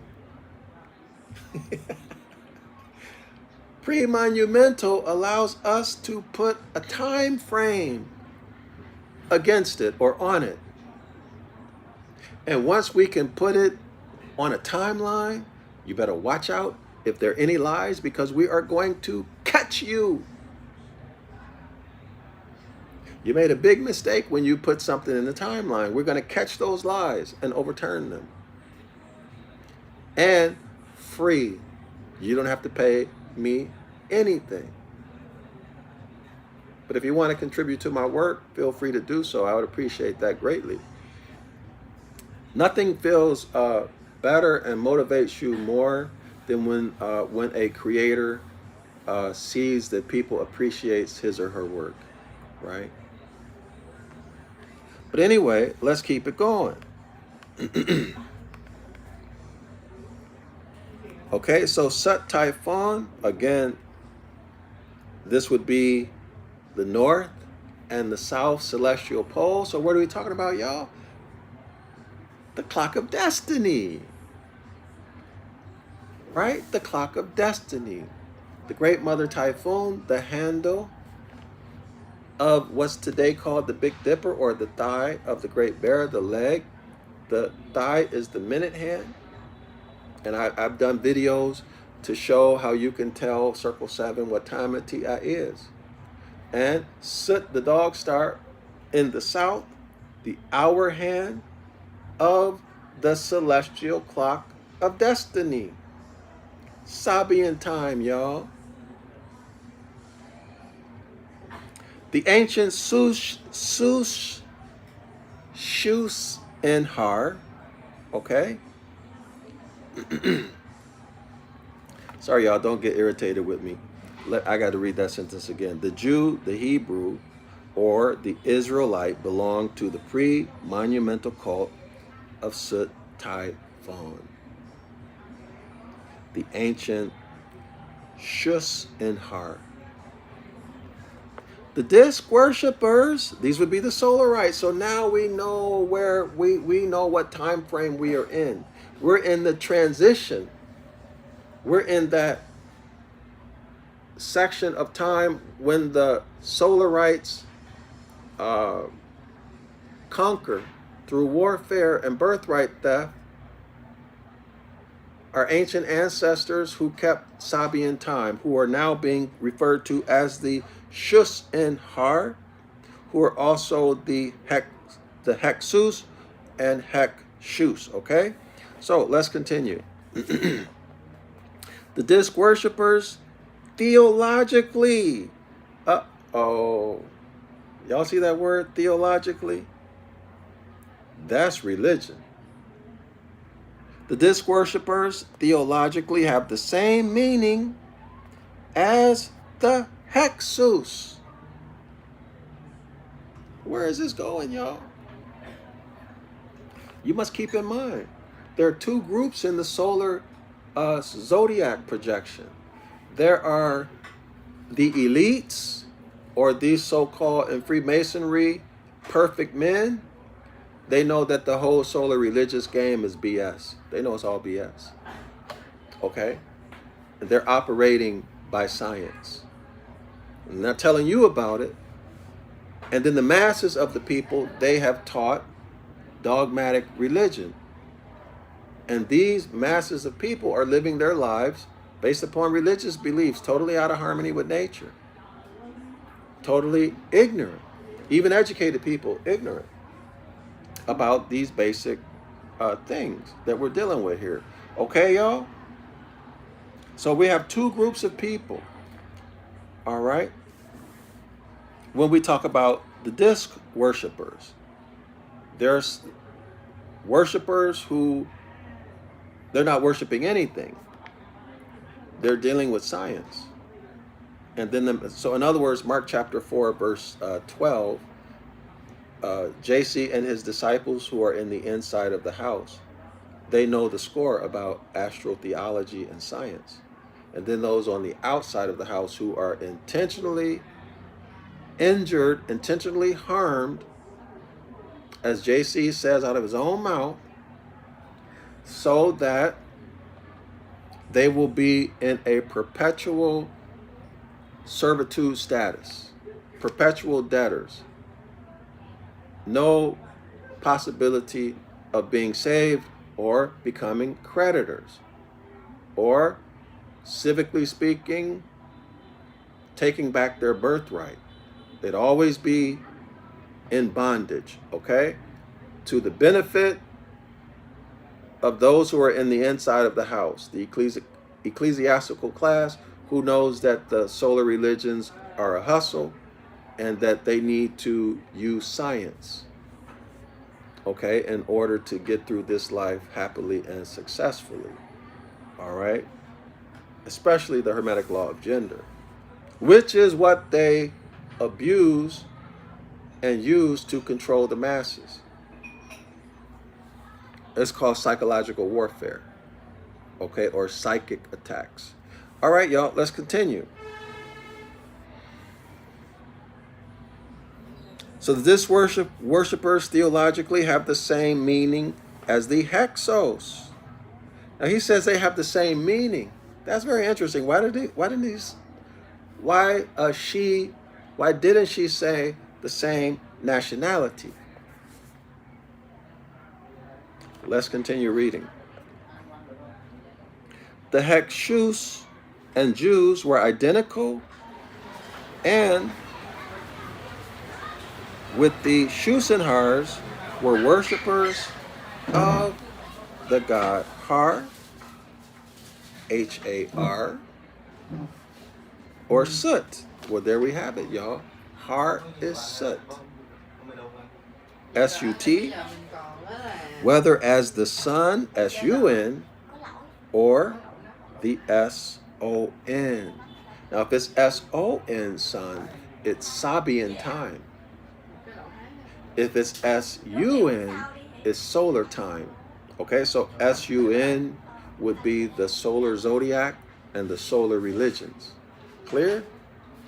And the S-O-N is the circumpolar zodiac projection, Soot, the dog star, in the south celestial pole region. So we're now at the transition. Okay, we are at the transition time on the timeline when the Solarites, the Osirians, the solar religionists, the solar zodiac team would destroy those who maintain the mindset of our ancient foremothers and forefathers, which was simply Sabian time. Okay, circle 7, clock of destiny, natural law, don't harm anyone. All right, y'all? So this is where we are in time. But keep in mind that this god Har is a remix of Sut, not as a god, but just Sut, the dog star, the hour hand in the clock of destiny in the south. Okay? So Sut deified in this case becomes Har, H-A-R. Okay? Next sentence reads, Manetho tells us that the Hyksos were the so-called shepherd kings who were styled captive. Y'all should recognize this story, right? Shepherd kings who were styled captive and were known as the servants of the Egyptian god Horus. So we're in, this is Horus, so we're already in the solar zodiac projection. So Horus is the son of Osiris, right? And it was Osiris who initially waged war against those of our ancestors who kept Sabian time, our ancestors who maintained the mindset of our ancient foremothers and forefathers. It was the Osirians who crushed them and destroyed them and stole their birthright. Is everyone clear with the timeline? All right. Where am I?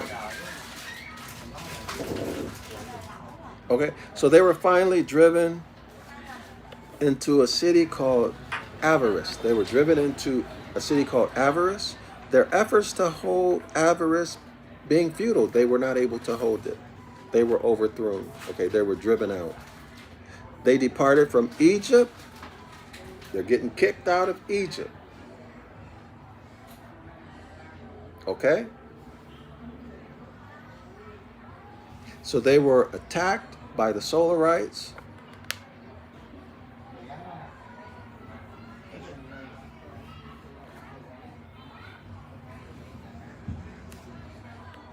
And driven out of Avaris. Their efforts to hold Avaris failed. They departed from Egypt. That would be an Exodus, right? They departed from Egypt through the desert toward Syria, and there built a city in the country of Judea. And Judea is where they remix this modern term Jew from, okay? And called it Jerusalem. Salam, right? Or Jeru, rather. Salam. So we were taught that J is a modern letter, but in fact, it's not. The ancient J is 1. J is 1. Do y'all see the J? So for the Egyptians, they would write a letter J with the 1 if they were in a rush. If they wanted to make it look good, they had time, they would write a letter J. Do you see my finger through my thumb? So this is very ancient. This is very ancient. Okay, this was hidden from us. Okay, we were misled about this J.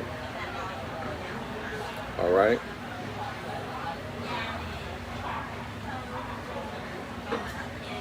So he continues. Josephus claimed that his people, okay, he's talking about the Jews. Josephus claims that his people were followers of Escheat's religion, of the Escheat's religion. So this is telling us some of the house of Yasharala started or became Solarites. Some of them became Solarites and they got into religion. Okay, they got into the solar religion. All right. This is what Josephus is saying. The Typhonian, which was worship of the mother and son, the earliest known being intact to the mythology of the heavens. Let me read that again. Josephus claimed that his people were followers of the Escheat's religion. I see what he's doing. He's not talking about the religion. He's talking about keeping Sabian time. That's what he means. Okay, that's what he means. In other words, he's saying that they kept time by circle 7, clock of destiny, natural law, do no harm, celestial and terrestrial time cycles, okay, or just all the time cycles, okay? All right. How do I know? Because he says this, the Typhonian, they were followers of the Escheat religion, the Typhonian. So, of course, they were not religious, okay? They were scientists, all right. Which was the worship of the mother and son. They were not worshiping the mother and son. See, they're using, in these texts, they use worship because they have to push the narrative of evolution. Like I mentioned earlier, the initial man, the autochthonous Moor, Sabian Moor, was a primate, a beast, and he evolved. Okay, so intelligent men and women won't worship somebody else or something. That's the point. Okay, only unintelligent people will do that. The more intelligent you become, the more conscious, the more aware, self-aware that you become, you will realize who you are. And who are you? Your thought may manifest from the soil. You are the activity of universal consciousness, the Hermetic Law of mentalism. And you have the faculty of mind. Let me repeat that. You have the faculties of visualization and imagination, and you have the ability to willfully enter into the workshop of your mind and harmonize both your left and right brain hemispheres and craft the reality that you want, be it material or health or executing justice. Okay? You have that ability within. So only an unintelligent person, meaning a person who is ignorant, they ignore themselves. Why? Because they're looking for external gods to do it for them. All right? All right, y'all? So that's why they keep throwing around this worship and religion, because it has to be consistent with the evolution narrative. Okay, so only the highest or the most recent of man would have the intelligence to not worship, but to look within and to master and use science. That's what's meant, okay, by them throwing around worship and gods and demons and all of these things, okay? Our ancestors who maintained the mindset of our ancient foremothers and forefathers, Sabian time, we were not worshiping external gods, all right? But anyway, let's keep it going. So the author is telling us that this was, which was the worship of the mother and son. So this is the Great Mother Typhoon, and Sut, the dog star. This is Clock of Destiny. All right, Circle 7 and Clock of Destiny. Okay, guys? Natural law. All right. The earliest known. So this is saying this is earliest known religion. Another, this is the earliest known body of knowledge and way of life. Belonging intact to the mythology of the heavens. All right. So again, the teaching tools, these stories were mythologized as the downfall occurred. Okay. It's my opinion that the Solarites, well, the author agrees, the Solarites created these mythologies into real history. Okay, so let's continue. We're still on page 148. The rulers of the Shus, S-H-U-S, remember it was the Hekshus, H-E-K, okay? The rulers of the Shus were called Hex. So the Hex were the rulers, hence Hek-Shus, the rulers and their people, the Shus. The Hek was an Egyptian regent or governor. Listen, the Hek was an Egyptian regent or governor. Wait a minute. So an Egyptian regent or governor was the ruler of the Israelites? We're the same people. Do y'all see it? Y'all see it? No different than if you were to go in any other place on the planet, you would have families and heads of families, right? You'd have heads of families. Now, and heads of towns. During Sabian time, it would have been a woman, the matriarchy, right? It would have been the matriarchy. But let's see how this plays out.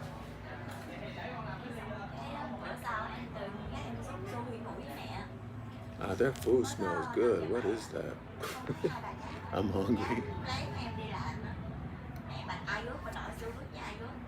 Okay, y'all. So the rulers of the Shus were called Hex, H-E-K-S. They were regents or governors. They were worshippers of Hek,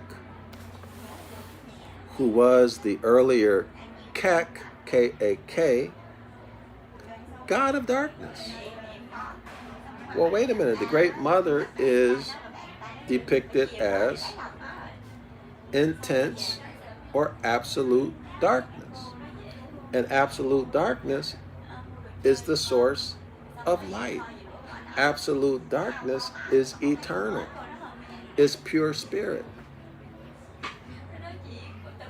Is pure light. It is the substance. In other words, it's the substance. Do y'all see it? It's the substance. Okay, in other words, they were keeping Sabian time. That's what that means.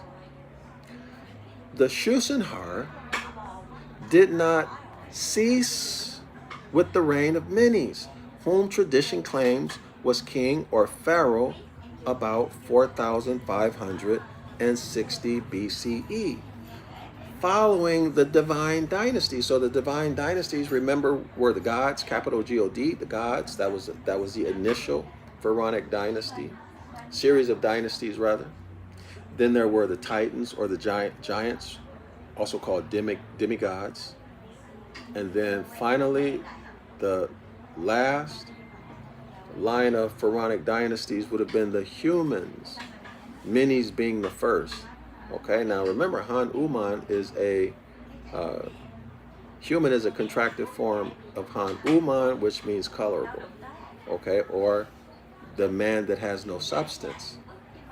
Looks like a man, walks like a man, but does not have the substance of a man. In other words, he did not, or it, whatever you want to call it, the hybrid. I'm not trying to be condescending, but it did not ascend from the second star Mitzer in the handle of the Great Bear.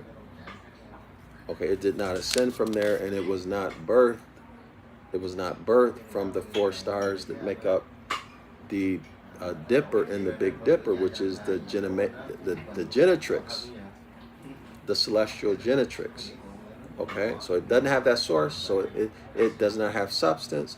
Therefore, it cannot inherit land. It has no inheritance. It has no inheritance. Why? Because there's no substance. Okay, it is not made from, well, you guys know I've done it. I've said it 100 times, right? It's not Genesis chapter 2, verse 7. Watch my other videos if you don't know what I'm talking about, because I talk about it there. All right, so here we go again. So the Shushan did not cease with the reign of Menes. In other words, they still existed. They were not exterminated totally. They were not totally put out of commission. Whom tradition claims was king of Egypt about 4,560 BCE. Following the divine dynasties, let's look at these numbers. 4 plus 5 is 9, plus 6 is 15. 1 plus 6 is 7. Did I do that right? Yeah. 4. Yeah, that's right. 4 plus 5 is 9. 9 plus 6 is 15. So 1 plus 5 is 6. Did I do that right? Yeah, 15, 1 plus, okay, so yeah, 6. So we have to see if that's significant, okay? I thought it was 7. But no, it's 6. 1 plus 5 is 6. But again, 10 is 9. Okay, so we'll see how it plays out, right? So here we go. Violent agitation ensued. That means warfare. Y'all got that? Did y'all hear that? In 4,560 or thereabout, the Solarites under Menes attacked our ancient ancestors who kept Sabian time, the mindset of our ancient foremothers and forefathers. This is when they attacked them. All right? This is when they attacked them, when the overthrow took place. Violent agitation ensued when the supremacy of the new cult of Sebek Ra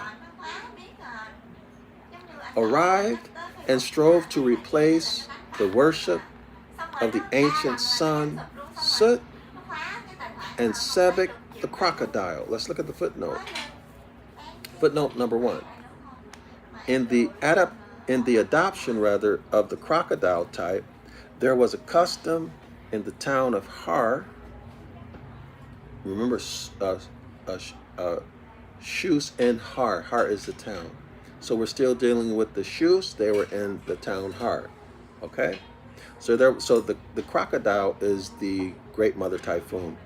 So in the adoption of the crocodile type, representing the Great Mother Typhoon as crocodile, there was a custom in the town of Har for everyone to eat some part of the crocodile on a certain day set apart for this. So this is obviously a ritual memorial or commemorating the destruction of the mindset of our ancient foremothers and forefathers. In other words, conquering the mindset of our ancient foremothers and forefathers, meaning those who kept Sabian time. Do y'all see it? This is when it happened. Under Menes in the year 4,560 BCE. Now you have to remember Sebek Ra, this is on page 24. You have to remember how Sebek Ra came in. So let me read this in case you're new. I'll save you a lot of time, energy, and effort. let's notice what's happening here with this overthrow. The Solarites conquering our ancient ancestors who kept Sabian time. Circle 7, clock of destiny, natural law, do no harm, and then celestial time cycles, and then terrestrial time cycles. So here we go, page 24. The biblical account of the war in heaven. Do y'all got that? The biblical account of the war in heaven is told. That story has to do with the Solarites under Menes conquering the great mother Typhoon and her son Sut. In other words, when the Osirians, the Solarites, conquered the Typhonians, what did they do? They changed times and seasons. Y'all got it? Let's do it. So the biblical account of the war in heaven is explained astronomically. When Typhoon and Sut, that's clock of destiny, y'all. Typhoon, again, the thigh of the Great Bear, the Big Dipper in the north. The handle is the minute hand of the clock. And then Sut, the dog star in the south, which is the hour hand. That's a clock of destiny. Okay, when Typhoon and Sut, or the northern constellation of the Bear, and the glowing dog star in the south, that's clock of destiny, prove false in their timekeeping, causing their own degradation, their own downfall. See, they're hiding the fact, as we're reading on page 149. Let's look at this again. The Shuzenhar did not cease with the reign of Menes, whom tradition claims was king of Egypt about 4,560 BCE, following the divine dynasties. Violent agitation ensued. So the Solarites attacked us. The Osirians attacked us.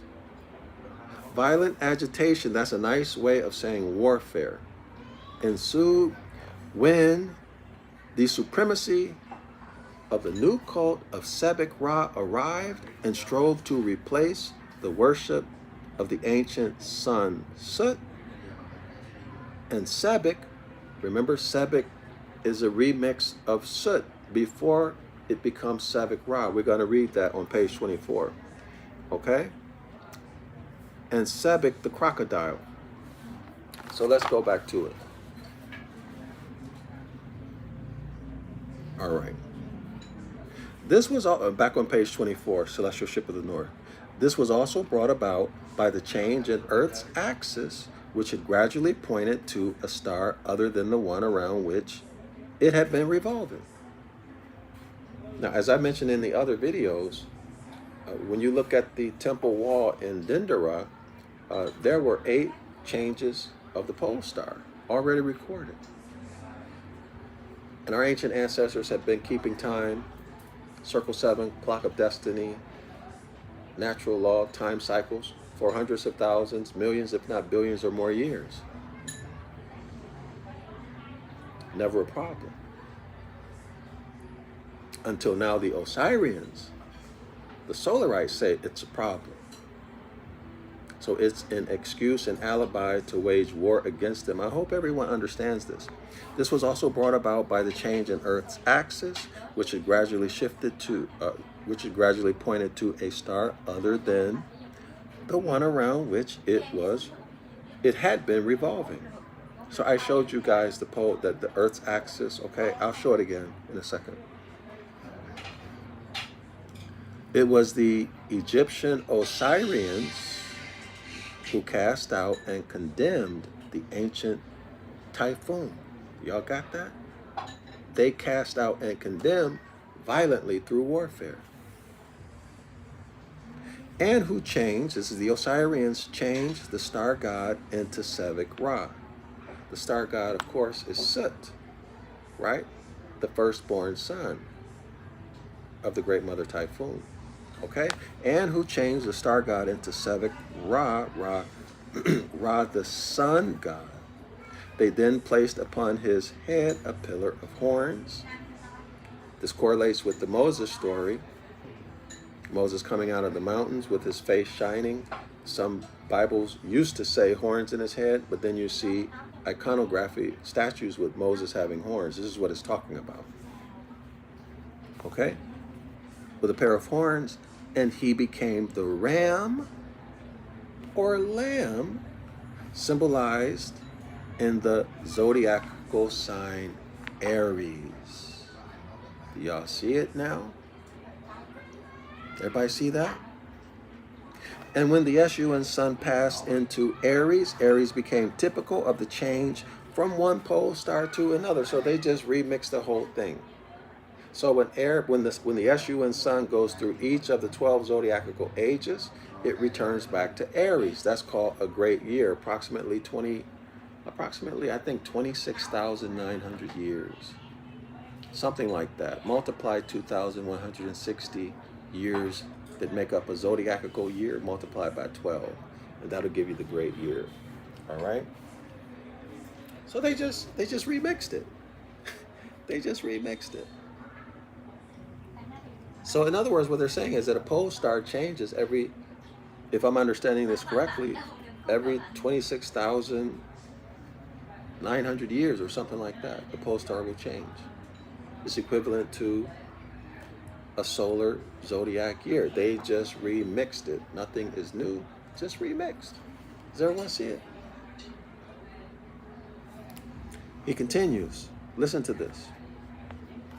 This casting out of the old mother, the great mother typhoon, took place when theology turned many of these ancient myths into religious history. In other words, when the Solarites, when the Osirians created the solar religions. Y'all got that? When the Osirians, the Solarites, created the solar religions. Clear as day. There it is.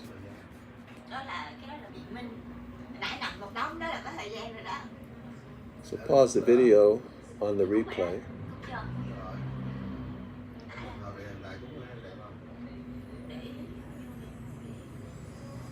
Man, their food smells good. Lemoy, excuse me. English? Do you speak English? What's that? It smells really good. What is it? Maybe I'm gonna order it. What is that? Huh? Good? It's good? Thanks. I think I'm gonna order that.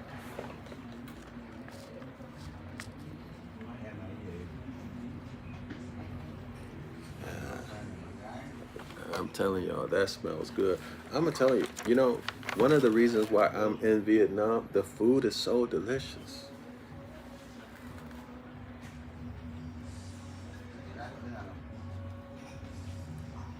I mean, the food is absolutely delicious. If you come to Vietnam, just the food will make you not want to leave. And in most cases, the food is very healthy. Okay, y'all, so let's keep it going. I'm going to wait for the server to come. So let's keep it going. Okay, so violent agitation ensued when the supremacy of the new cult of Sabic Ra, we just read about that, Sabic Ra, they transitioned into the solar zodiac, okay, arrived and strove to replace the worship of the ancient sun Sut and Sabic, the crocodile. So it's talking about the great mother typhoon and Sut. But this was the quarrel, listen, this was the quarrel, this was the fight, this was the war between Sut the sun and the Egyptian Amun-Ra, the solar S-O-N sun. This was the war between Sut, the S-O-N sun, Sabian time, the mindset of our ancient foremothers and forefathers, Sabian time, and the Egyptian Amun-Ra, the solar S-O-N sun. Do y'all see it? This is a war. This is a battle for the minds. A battle for the minds. All right? So on one team, you have the Typhonians keeping Sabian time. And on the opposing team, you have the Solarites, the Osirians, keeping solar time. So which of those paradigms we're going to win? Okay? Of course, our ancestors, we didn't battle and fight wars. We were intelligent. We could solve our problems. But these hybrids, they were of a different mindset. Violent. Okay, y'all? Violent. So there's nothing you can do with a violent person. All they understand is violence, right? But anyway, let's continue. So this was the war between Sut, the S-O-N, son of Sabian time, the clock of destiny, and the Egyptian Amen-Ra, the solar sun. This would be YHWH, of course, in the solar religion, and then also JC, the Christ figure, or just the Christ, okay, in the solar religions. So Amen-Ra in the science, in the solar religions, it's the Tetragrammaton and Jesus or the Christ, okay? Or it could be Krishna, any of the solar gods, all right? Resulting in an alliance. Oh, so now they team up. So they had to team up, resulting in an alliance of the Ammonians with the Osirians against the Typhonian cult. Okay, so the Ammonians, Amen-Ra, the Ammonians and the Osirians team up, and they wage war against their own mama and brother.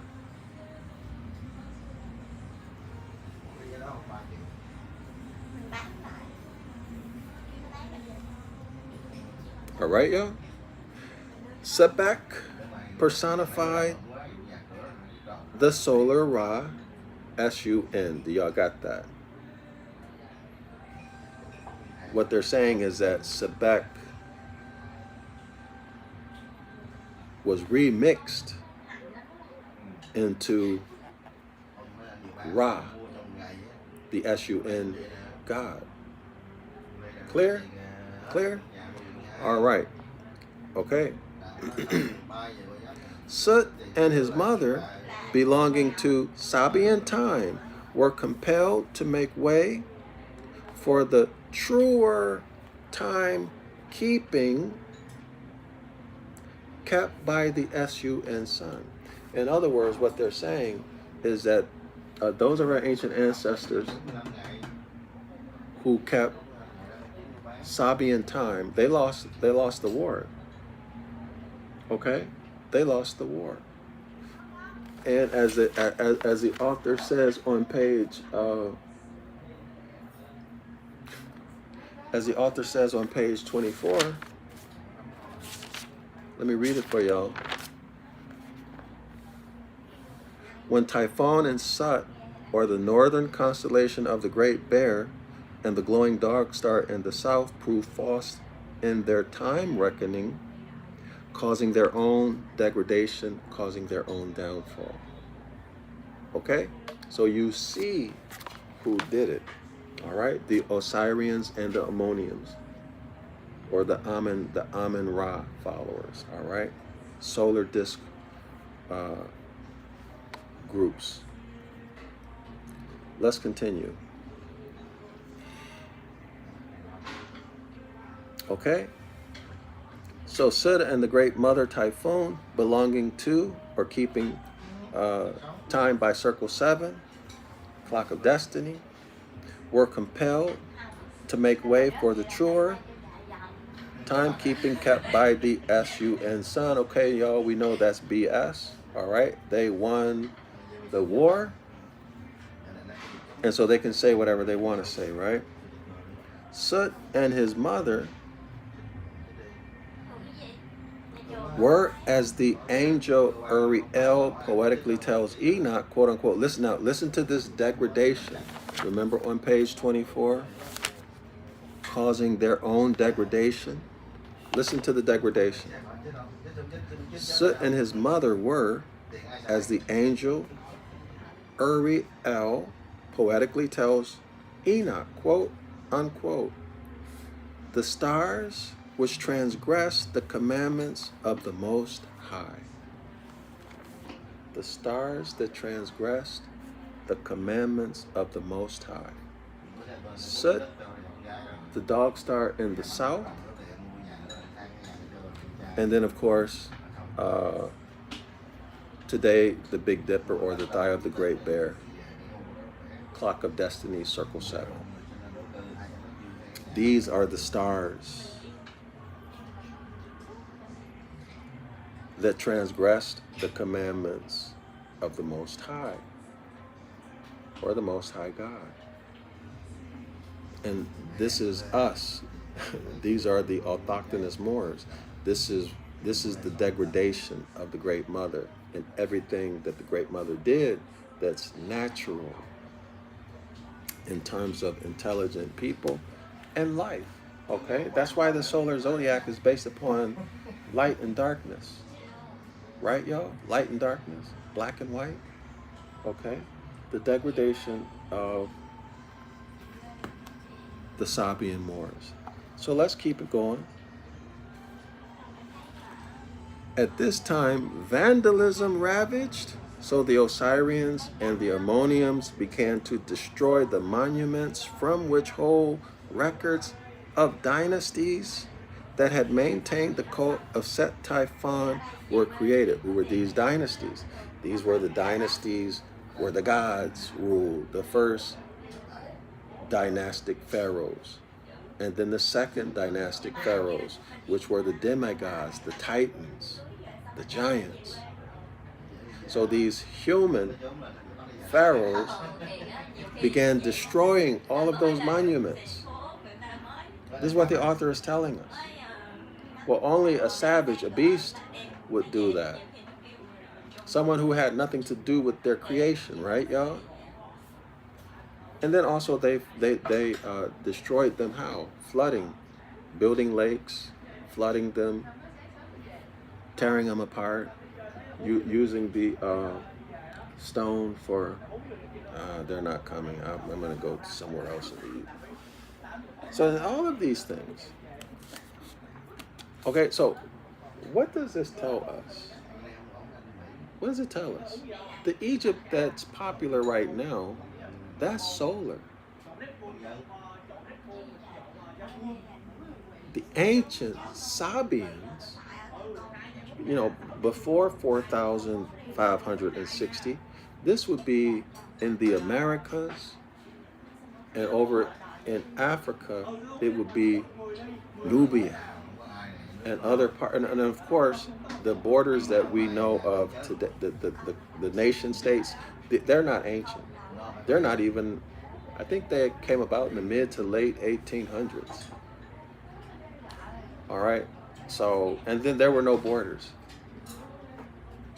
But it's the Americas and other places where you would see or find these ancient Sabian monuments that remain. And a lot of it has been overgrown by forest or put underwater. I watched a video of a guy today. He was saying that on his property, there's a mound that's underwater.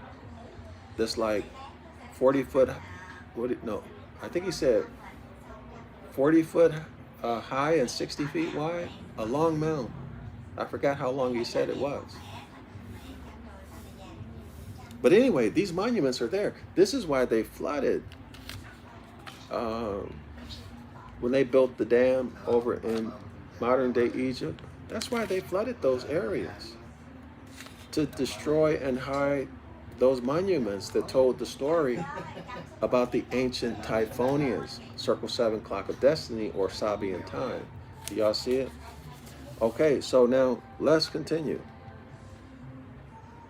At this time, vandalism ravaged the monuments These are the monuments from whole records of dynasties that had maintained the cult of Savic Typhoon. They erased them. They destroyed them. Okay? That doesn't mean that all were destroyed, right? So I think we're going to stop here because I'm hungry. I'm feeling hypoglycemic. I need to eat something. No. Let's read the next paragraph. We need to finish this thought about the war. Okay, so the wars and struggles of the Escheat began under the pharaohs of the Egyptian monarchy. Y'all got that? The wars and struggles of the Escheat, this would be the house of Yasharala, began under the pharaohs of the Egyptian monarchy, commencing when Amun-Ra, the solar god, became the generator, as we talked about. Remember, so maybe on the next video I'll go over the generator. So Amun-Ra, or the father, becomes a generator because he doesn't have a womb. Why? Because the great mother is the genetrix, or the celestial womb. Okay, so it's a long story. We'll go into that. So y'all tune in for the next class. Let me finish this paragraph. Contemporaneous elevation of the male above the female instituted the degradation of the mother and son. So that was the ultimate degradation, to put the man over the woman. Y'all got that? To put the father over the mother. That was the ultimate disrespect.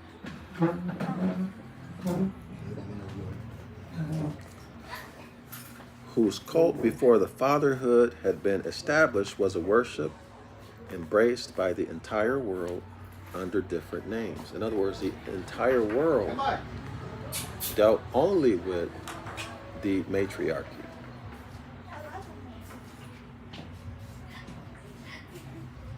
Okay, period. There was no elevation of a man. Dạ, em nghe. Gọi nước đúng không ạ? Ok. Let me see. Where is it? Dạ rồi. Mắt chai kem dâu đúng không? Theologians have been unable, even up to the present day, that's in 1927, to blot out this worship of the starry child and mother, denounced, listen, denounced as temple closers and enemies of God. As enemies of God. So we're going to come back to this tomorrow. You know, within the next 12, 24 hours or something like that, we'll come back, pick it up right here. So shalom everyone, Islam to all the Moors, assalamu alaikum. Y'all can probably tell by my voice that I'm hungry. I need to stop. Actually, I haven't eaten since this morning, now that I think about it. All right, so I'll see y'all then. I hope y'all learned something and pass this, share the video, like and subscribe, y'all. It really does help with the algorithm. Help other people get this knowledge. Don't leave it totally up to me. Just like and share, okay? Shalom.